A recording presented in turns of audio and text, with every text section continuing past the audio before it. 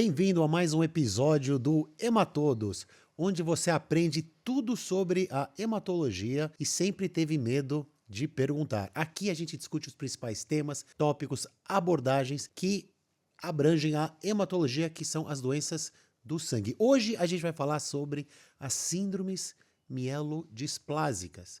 Você pode ter ouvido falar sobre essa doença ou não. Mas de toda forma, a gente vai se aprofundar um pouquinho mais sobre esse tema, sobre o que é a síndrome mielodisplásica. Então, para falar sobre isso com a gente hoje, eu tenho o prazer e a honra de estar com a doutora Isabela Pitol, da BP, a Beneficência Portuguesa de São Paulo. E eu primeiro queria agradecer a presença da Isabela aqui com a gente. Obrigada eu por participar aqui hoje. Estou muito honrada pelo convite. E você está preparada, Isabela, para falar para a gente de síndromes mielodisplásicas? Olha, vamos tentar, né? Eu acho que é difícil até para a gente entender um pouco, né? Mas vamos tentar explicar de uma forma simples. E vocês vão entender por que a Isabela falou isso que ela falou agora. Então, ela estudou a noite inteira, varou a noite, para estar aqui com a gente, para falar sobre síndromes mielodisplásicas, ou SMD. É uma outra abreviatura que a gente usa para se referir a esse grupo de doenças. Então, vamos começar, Isabela, pela definição. O que é a síndrome mielodisplásica? Então vamos lá. Então, síndrome mielodisplásica é uma desordem, uma doença causada na medula óssea, né? A medula óssea é o local onde são originadas as células do sangue. Então, se a gente olhar o nosso hemograma ali, o nosso exame de sangue, vai ver que tem hemoglobina, leucócitos, plaquetas. E na origem dessas células vai ter uma alteração, que a gente chama uma alteração clonal, que é uma alteração genética, uma alteração molecular Essa origem é na medula, na medula óssea. que é onde saem todas essas células do sangue. Exatamente. A medula óssea ela fica nos nossos ossos longos, assim, né, no corpo, e vai ter uma alteração lá que vai fazer com que essas células elas nasçam de uma forma defeituosa, de uma forma diferente do que elas deveriam nascer. Então, a medula, ela tá nos ossos que você falou do longos, né? Quadril, vértebra, costelas, calota craniana, e de lá, dentro do querido tutano, que você tem essa alteração que leva a uma má formação dessas células? É como se fosse uma má formação, né? Displasia quer dizer que elas estão alteradas, que elas estão com uma forma diferente do que elas deveriam estar, E o que digamos leva a assim. isso? Por que elas, de repente, começam a ter esse Muitas, assim, em geral é uma alteração genética, uma alteração, uma molecular? mutação que acontece molecular que nem sempre a gente consegue explicar. É mais comum em pacientes mais velhos, assim, principalmente de forma primária, então é uma alteração que principalmente ocorre em volta aí dos 70 anos, acima de 60 anos. Pode ser explicado em alguns pacientes que já fizeram alguma quimioterapia antes, já fizeram algum tratamento Tipo anterior, radioterapia. Mas aí seria radioterapia. primário ou secundário esses Daí, casos? normalmente, a gente chama de secundária. Então, a primária é aquelas que nem sempre a gente sabe exatamente o que ocasionou. E existem as secundárias como essa. Secundária, algum tratamento prévio, quimioterápico, radioterápico, ou alguns pacientes que já têm alguma desordem hereditária ou já têm alguma alteração anterior, alguma falência medular, alguma doença da medula Então pode ser prévia. genético. Pode ser genético, sim. E aí elas podem ganhar uma mutação com o decorrer do tempo e transformar numa SMD, né? Numa síndrome Agora, mielodisplásica. você falou que é uma doença geralmente que acomete pessoas de mais idade. A forma, né, primária, né? Que é aquela que não tem nada de exposição à quimioterapia prévia, radioterapia, nenhuma medicação, nada. Agora, criança pode ter síndrome, Pode, também pode. mas é comum ou é incomum? É incomum, não é tão comum. Muitas vezes é vinculado a alguma doença também que ela pode ter tido, alguma doença já do sangue, paciente que tem alguma anemia, ou algumas síndromes mais incomuns, hereditárias, que ela já nasceu com elas, mas é menos comum em criança, é mais comum na idade Então, adulta. então quando a criança ela tem esse diagnóstico, existe uma maior chance disso estar associado a alguma questão hereditária que ele ou ela herdou. Sim, é possível. Tem alguns exames, né, que depois a gente pode falar um pouco sobre isso, que também podem ajudar a esclarecer um pouco melhor isso. Entendi. Então você tem uma medula que não está funcionando de uma forma adequada, quer dizer, as células não estão sendo produzidas de uma forma adequada. E como é que é esse processo de amadurecimento das células? Ele também sofre com essa síndrome?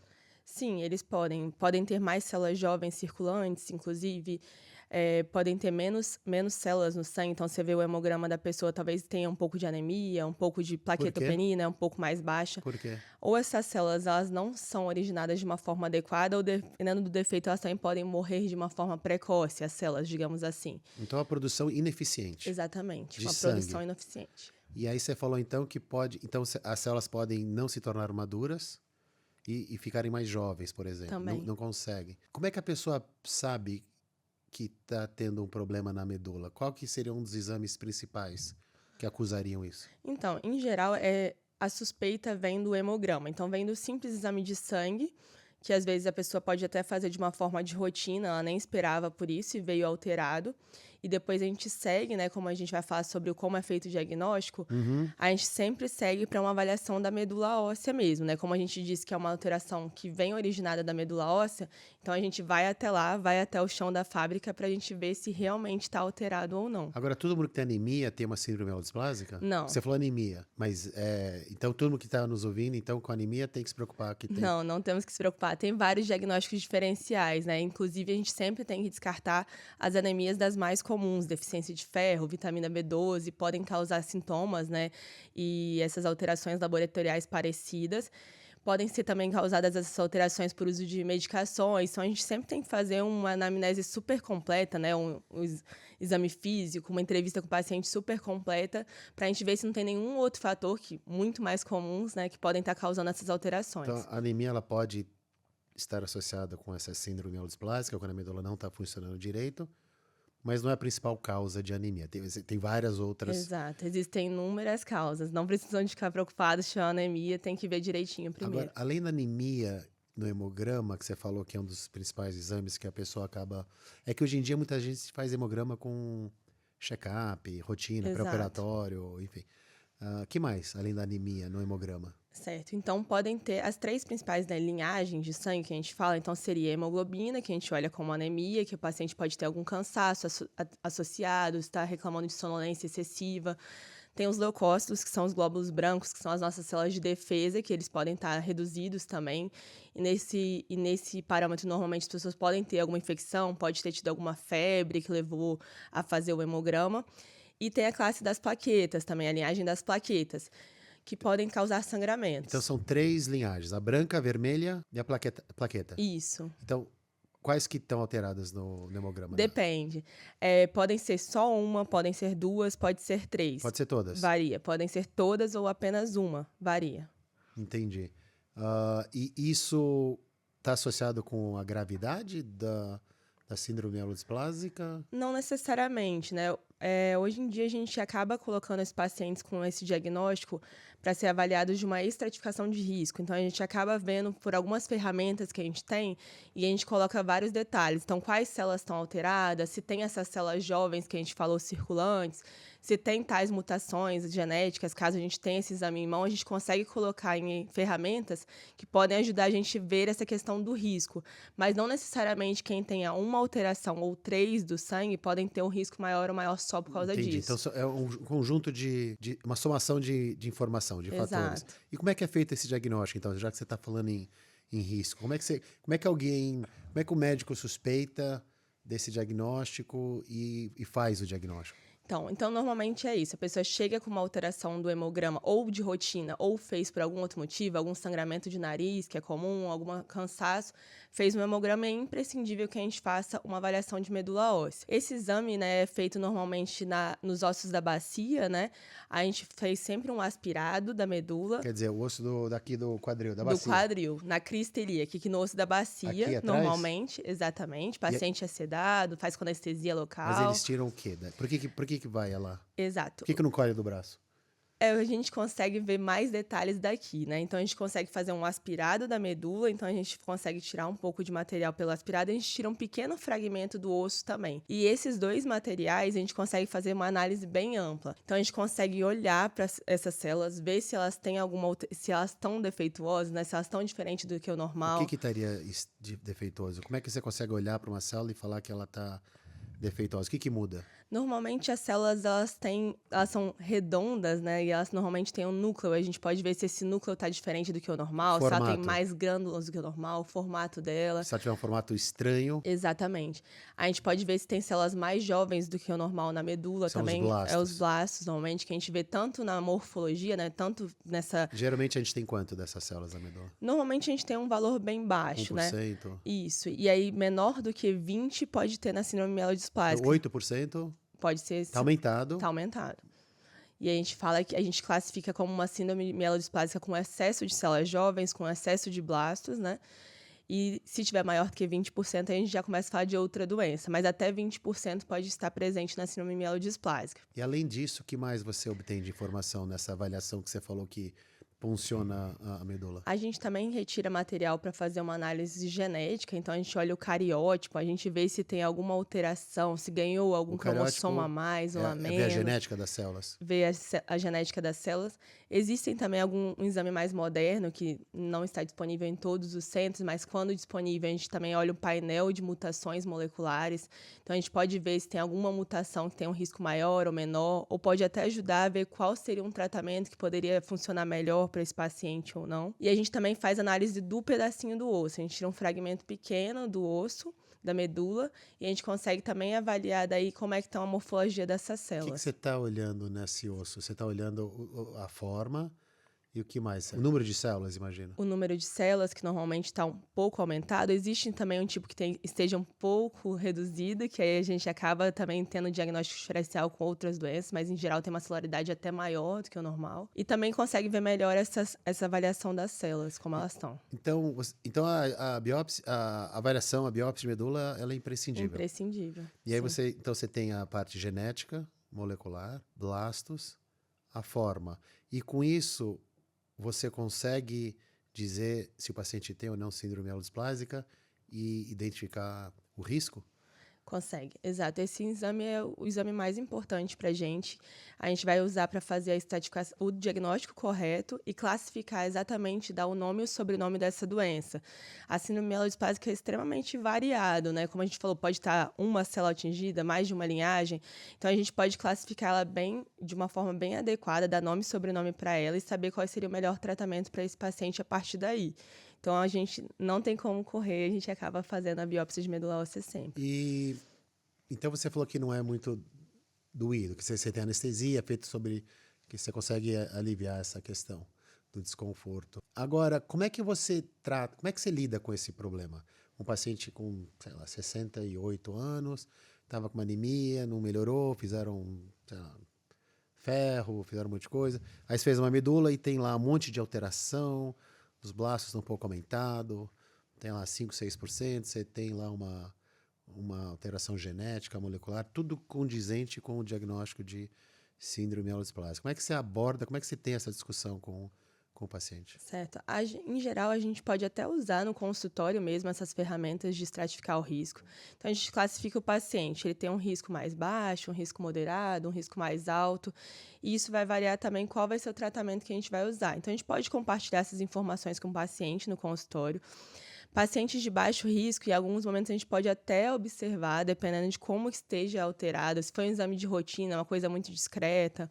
Alguns pacientes a gente pode precisar, nesses riscos mais baixos, de algumas medicações que estimulam essas células a produzirem. Então, se ele tiver uma anemia, existe uma medicação que vai conseguir fazer com que tenha um estímulo no início ali das células para ver se aumenta a produção de hemoglobina. Quer dizer, então se a pessoa tem anemia, você vai dar um estímulo lá com a aplicação subcutânea, pode ser que melhore. Isso, sim. Normalmente, Anemia. nos pacientes de baixo risco, a gente faz essas terapias que são como se fossem terapias de suporte. A gente não vai estar não vai estar curando a doença, mas a gente vai estar fazendo com que ele tenha uma melhor qualidade de vida, uma melhora desses sintomas que estão causando o problema dele neste momento, né? Que é o cansaço da anemia, seja o sangramento da plaquetopenia. E existem das formas de alto risco. Que aí, E esse risco é definido, desculpa, acho que você falou, mas o alto é definido por o quê? Mais disfunção? Depende, assim, se tiver alguma alteração genética, às vezes só por causa disso ele já consegue ir aumenta para um o risco risco. mais alto. Às vezes, se tiver um número realmente maior dessas células jovens, também podem acarretar blastos. um risco mais alto. Isso vai somando Exato. A idade do paciente também, dependendo do score prognóstico, também pode aumentar. Quantas células linhagens são afetadas. Então, são realmente várias Tá. E aí você variáveis. fez tudo isso, você colocou lá numa calculadora e você viu que o paciente acaba entrando no risco mais alto. E aí, o que que você faz? Então, hoje a gente costuma usar algumas medicações, né? Se o paciente ele tiver, não for um paciente tão idoso, que ele tenha suporte bem o tratamento, a gente normalmente faz algumas medicações, que podem ser tanto subcutâneas quanto intravenosas, e a gente pode até evoluir para um transplante de medula óssea. Então, de fato, às vezes, só observar a doença para chegar até num extremo de transplante de medula óssea. Então, realmente é muito variado o tratamento, tem que ser muito individualizado conforme o diagnóstico e conforme o paciente mesmo, assim, qual é o perfil do paciente. E esse transplante alogênico de medula óssea, ele seria aplicável para... Porque é um procedimento de mais risco, né? Sim. E aí ele é aplicável para todo mundo? Não é para todo mundo, né? A gente não usa tanto a separação por idade. Em geral, a gente acaba vendo de como o paciente é, né? Às vezes ele é um paciente que já é hipertenso, ou seja, tem uma pressão mais alta, já teve algum problema cardíaco. Então, às vezes, o risco para esse paciente vai ser muito elevado. Às vezes é um paciente de 70 anos que não toma nenhum remédio no dia a dia. Faz exercício físico. Então, às vezes, para esse paciente, a gente consegue, mesmo apesar da idade, fazer um transplante de medula óssea. Vai depender também de qual é o doador que esse paciente tem. Às vezes, ele tem um irmão que é totalmente compatível. Isso a gente faz uns testes genéticos também para ver se eles são compatíveis. Se for ele tem um irmão, tem um ótimo doador, às vezes a gente também consegue olhar melhor para isso. Às vezes ele não tem nenhum doador, acontece. A gente põe nos doadores de medula óssea, nos receptores de medula óssea, faz uma procura global, mas nem sempre o paciente tem um doador também. Então, tem várias variantes. Vários, vários detalhes aí que Vários são detalhes, importantes. exatamente. E se o paciente, por exemplo, não for um candidato por conta de uma idade muito avançada, já tem um histórico aí de doenças bem importantes, né? AVC, infarto, doença pulmonar, ou renal, diabetes, enfim. Você considera que esse paciente não seria elegível? E aí, como é que é abordado esse paciente? Então, aí variando, né, conforme o risco, no risco mais alto, então normalmente a gente faz algumas medicações para que tentem segurar essa doença, né? A síndrome mielodisplásica, ela pode evoluir para uma doença, às vezes, um potencial mais grave.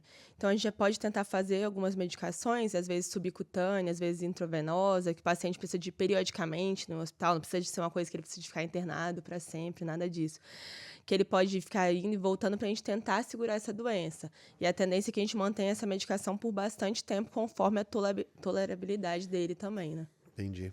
Então, fica claro aí pela tua explicação que parece que isso é uma doença muito heterogênea, né?